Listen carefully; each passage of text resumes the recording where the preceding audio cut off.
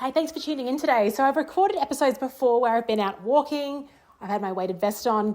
Today's episode is a first, but it's 5:10 in the evening. This podcast goes out in less than 12 hours. So usually I schedule it for 5 a.m. the following day.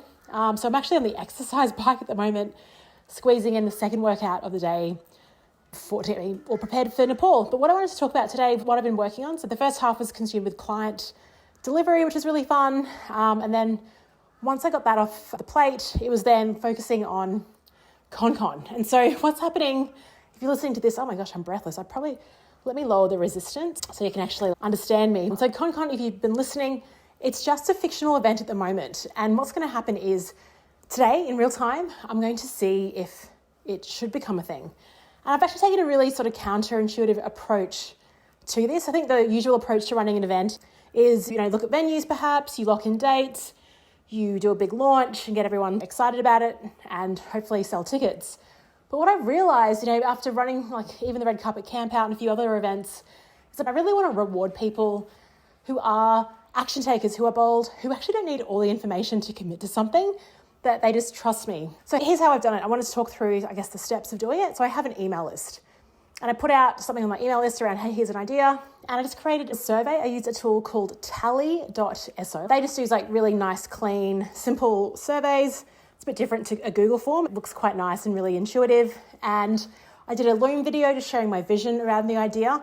I haven't done any research on anything. That's the hard part, actually, just not being so attached to this outcome. But the good news is I'm not going to invest a lot of time and resources and energy into an event if people don't actually want it. So I've been really selective over the vibe of what I want this thing to be. I've been open and transparent with that through the videos. And I've got this waitlist as well.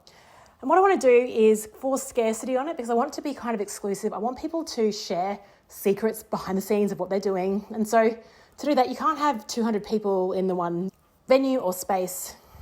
And so I picked a number. The number I picked was 50. So I'm going to lock it down to 50 people.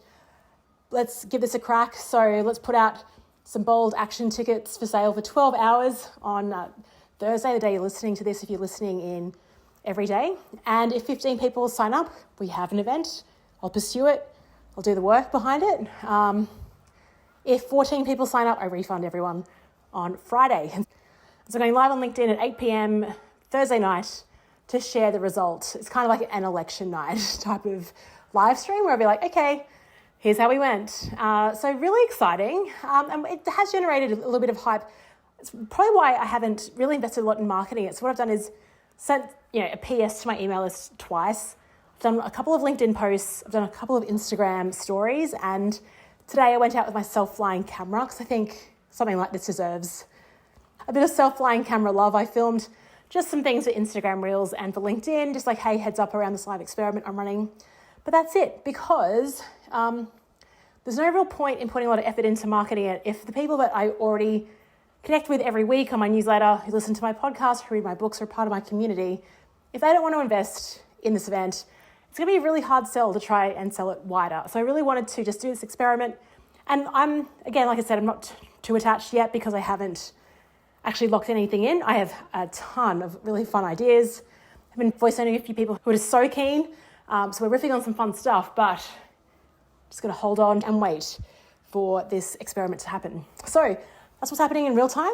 I will definitely report back for Friday's podcast. That might be recorded quite late based on what's happening. And look, the best case scenario would be we sell out of all 50 tickets in one day. Wouldn't that be amazing? And look, some people even asked me, what happens if you sell all 50 tickets? It's that's it. That's the 50. I'm not going to expand it. I'm not going to do anything else. I'm going to reward the people that have jumped in and committed without knowing a lot of what's happening. So they've obviously put a lot of faith and trust and confidence in me, and I want to deliver on that as well.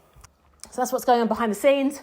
Really excited to see what occurs. I actually have quite a few meetings booked in tomorrow, which is good. Otherwise, I think I'll just be refreshing my email all day. So we'll see.